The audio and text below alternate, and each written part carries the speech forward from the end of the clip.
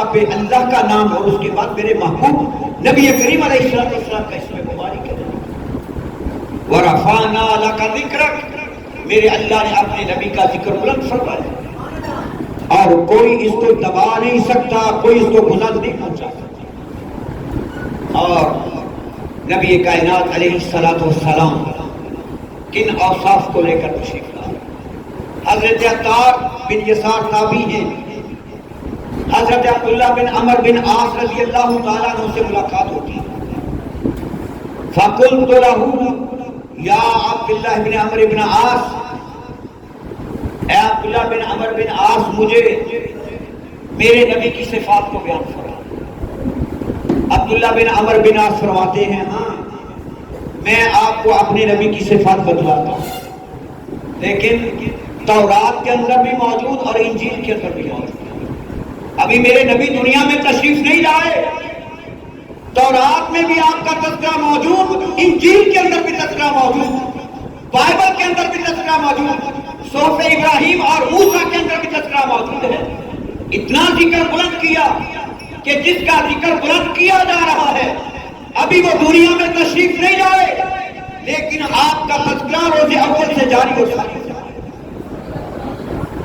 عبداللہ بن عمر بن عاص فرماتے ہیں کہ تورات کے اندر آپ کا تذکرہ کیا گیا، لیکن قرآن کے اندر بھی تذکرہ کیا گیا، جو انجیل کے اندر سورہ سب میں ارشاد فرمایا وَإِذْ قَالَ عِيسَى ابْنُ مَرْيَمَ يَا بَنِي إِسْرَائِيلَ إِنِّي رَسُولُ اللَّهِ إِلَيْكُمْ مُصَدِّقًا لِمَا بَيْنَ يَدَيَّ مِنَ التَّوْرَاةِ وَمُبَشِّرًا بِرَسُولٍ يَأْتِي مِن بَعْدِي اسْمُهُ أَحْمَدُ۔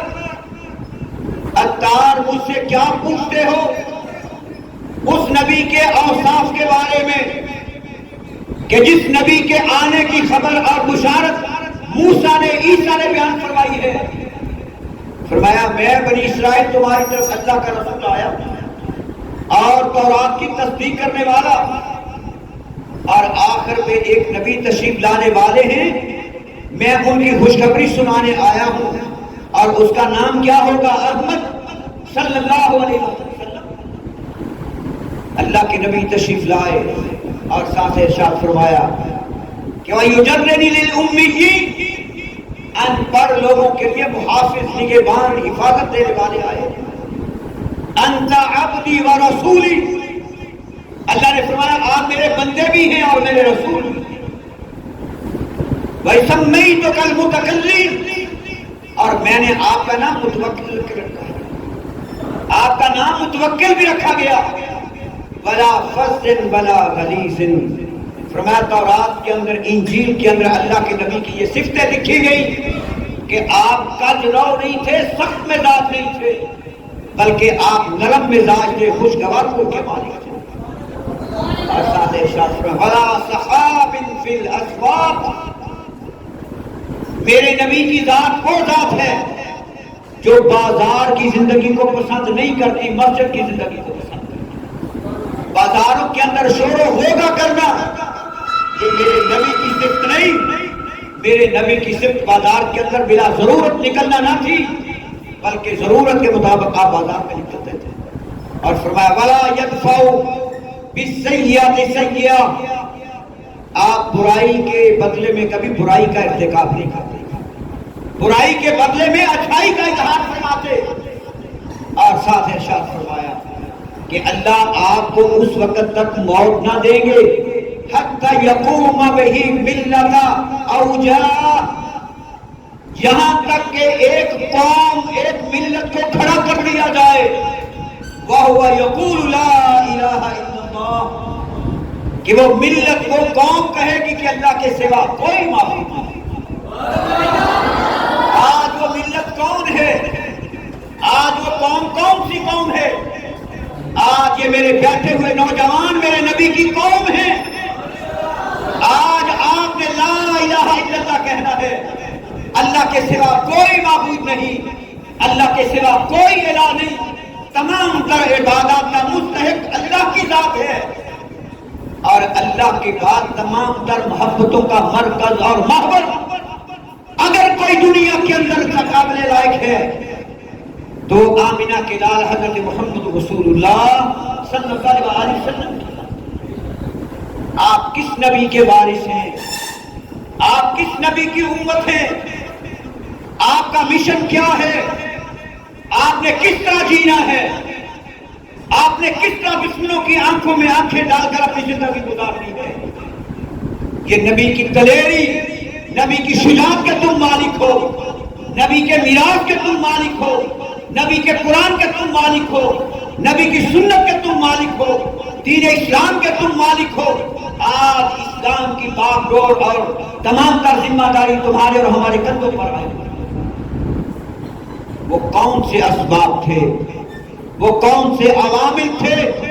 مسلمان انتہائی کمزور، کم تعداد کے اندر تھے، لیکن دشمن ان کی طرف ٹیڑھی نظر کر کے دیکھنے کی بھی ضرورت نہیں کرتا تھا.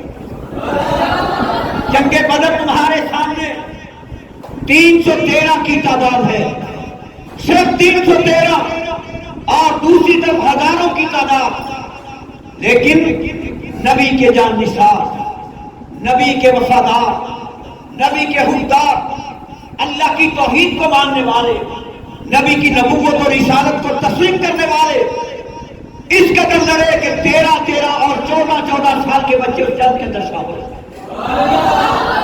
معاذ اور معاذ دونوں کم سنی کی عمر ہے. جس طرح آج آپ اس سکول کی زینت بنے ہوئے، اسی طرح وہ چھوٹے چھوٹے بچے. محبت کیا ہے؟ نبی کے ساتھ محبت اور عقیدت کا جذبہ کیا ہے؟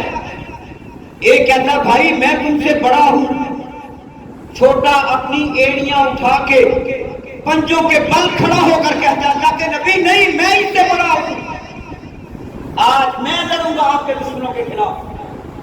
محبت کہتا کہ میں لڑوں گا، معاذ کہتا کہ میں لڑوں گا. نبی کائنات علیہ السلام حرام و شفقت تشریف فرما.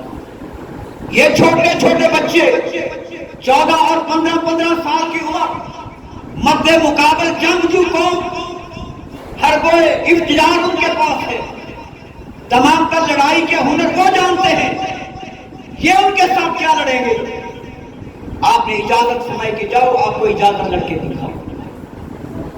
جنگ کی ابتدا ہوئی، دونوں مجاہد ملت اسلامیہ کے جوان جذبہ دار نوجوان اپنی تلواروں کو لے کر سب پر دوڑتے ہیں اور جا کے دشمنوں پر وار کرنا شروع کرتے ہیں. ابو جہل کی گردن کو کاٹ کر واپس لوٹتے ہیں، تلواروں کے اوپر خون لگا ہوا. آگے نبی علیہ السلام کو خوشخبری دیتے ہیں کہ ہم نے آج جو اللہ کا سب سے بڑا دشمن تھا، جو میرے نبی کا سب سے بڑا دشمن تھا، آج ہم نے ان کی گردنوں کو ان کے جسموں سے الگ کر کے رکھا ہے.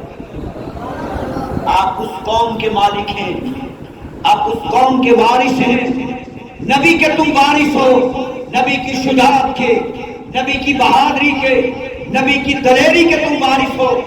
آپ عام انسان نہیں، رب کی بریا کی قسم ہے اگر تم نبی کے وفادار بن جاؤ، نبی کے ساتھ محبت کرنے والے بن جاؤ، قرآن کو ماننے اور سمجھنے عمل کرنے والے بن جاؤ، تو تم دنیا کے اندر اللہ کے نبی کی آنکھوں کو ٹھنڈک پہنچانے والے ہو. اور میرا نبی تمہیں دیکھ کر، میرا اللہ تمہیں دیکھ کر نہ جانے کہ خوشی کے اندر کیا فرمائیں گے کہ یہ وہ جوان ہیں جنہوں نے اپنی جوانی کو میرے نبی کی سنت کے اوپر گزارا ہے، میرے شریعت کے مطابق انہوں نے اپنی زندگی کو گزارا. آج سوچنے کی بات ہے.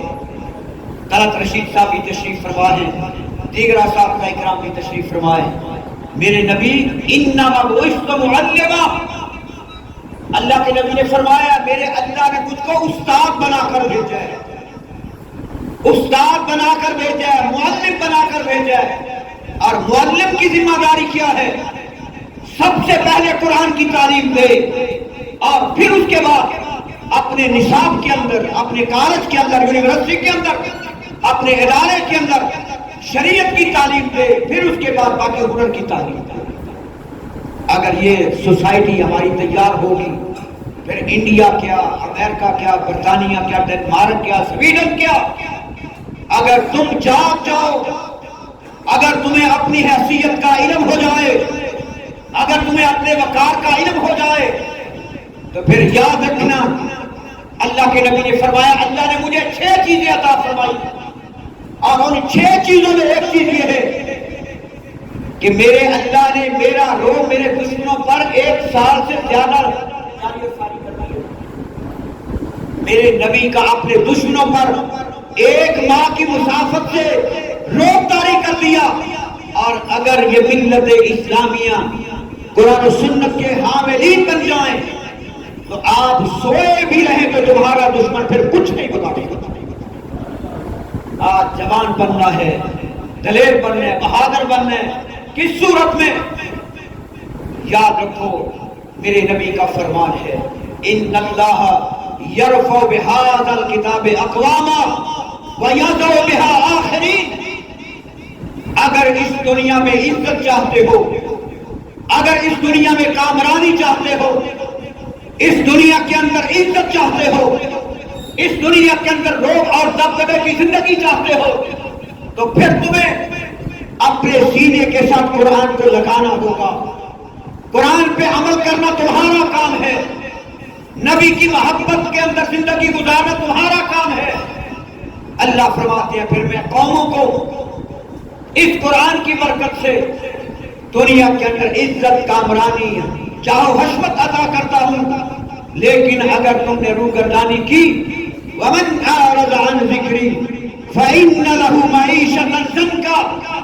اگر تم نے قرآن سے روگردانی کی، اپنے نبی کی محبت سے، اپنے نبی کی سنت سے روگردانی کی، تو یاد رکھا وَيَضَعُ بِهَا آخِرِينَ، پھر ذلت اور رسوائی تمہارا مقدر بن جائے گی، پھر دشمن قومیں تمہارے اوپر چڑھ ہو جائیں گی۔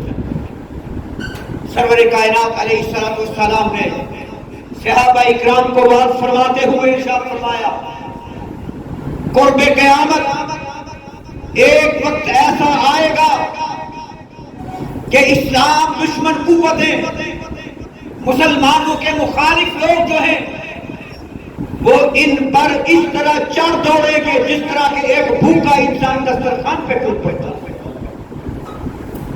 صحابہ اکرام حیران نشست رہ گئے کہ کس طرح ہو سکتا ہے کہ مسلمانوں کے اوپر دشمن چڑھ دوڑے۔ صحابہ اکرام نے عرض فرمایا اللہ کے نبی کیا ہم تعداد کے اندر تھوڑے ہوں گے؟ کیا ہماری تعداد کم ہو جائے گی کہ ہم اتنے کمزور ہو جائیں گے کہ دشمن ہمیں کھانا شروع کر دے گا؟ آپ نے فرمایا نہیں بل انتم کثیر، نہیں میرے صحابہ، قرب قیامت مسلمانوں کی تعداد بہت زیادہ ہوگی، ممالک بہت زیادہ، افواجیں بہت زیادہ، ایٹمی ٹیکنالوجی بھی پاس ہوگی، لڑنے کے لیے ٹینک اور جہاز بھی موجود ہوں گے۔ عرض کی اللہ کے نبی پھر کیا وجہ ہوگی کہ ہمارا دشمن ہمارا جینا دوبر کر کے رکھ لے گا؟ آپ نے فرمایا کہ تمہارے اندر ایک بیماری وہن نامی پیدا ہو جائے گی۔ فرمایا کہ وہ وہن نامی بیماری کیا ہے؟ آپ نے فرمایا بیماری یہ ہے حب الدنیا و کراہیت الموت۔ جب مسلمان دنیا کے ساتھ محبت کرنا شروع کر دیں گے اور آخرت کے ساتھ بے وفائی کرنا شروع کر دیں گے، حب الدنیا و کراہیت الموت، دنیا کی محبت زیادہ پیدا ہو جائے گی اور موت سے نفرت ہو جائے گی، پھر اس وقت تمہارے دشمن تمہارے اوپر چڑھ دوڑے گا، تمہارا جینا حرام ہو گیا۔ آج وقت آن پہنچا ہے کہ دشمن مسلمانوں کو مٹانے کے لیے، مساجد کو مسمار کرنے کے لیے، اسلامی ممالک کو مسمار کرنے کے لیے اپنی ایڑی چوٹی کا زور لگا رہا ہے۔ اس کا حل کیا ہے؟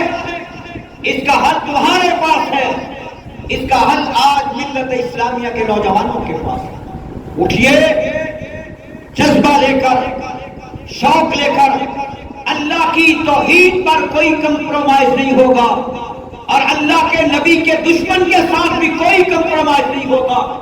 جو آنکھ میرے نبی کی طرف غلیظ اٹھے گی اس آنکھ کو پھوڑ کر رکھ دیا جائے گا، اور جو ہاتھ میرے نبی کی طرف بڑھے گا اس ہاتھ کو توڑ کے رکھ دیا جائے گا.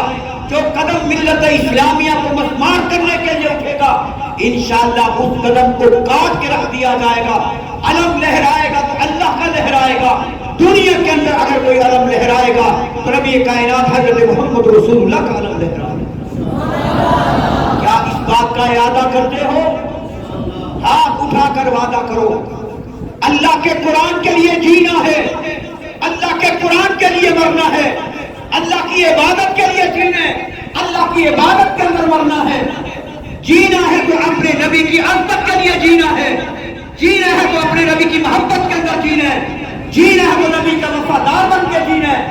اور اگر مرنا ہے تو شہادت کی موت پہ مرنا ہے, دین اسلام کے اوپر مرنا ہے. اللہ تعالیٰ مجھے بھی اور آپ کو بھی اپنے نبی کی سچی محبت, سچا پیار اور اخلاص عطا فرمائے. وآخر دعوانا الحمدللہ رب العالمین.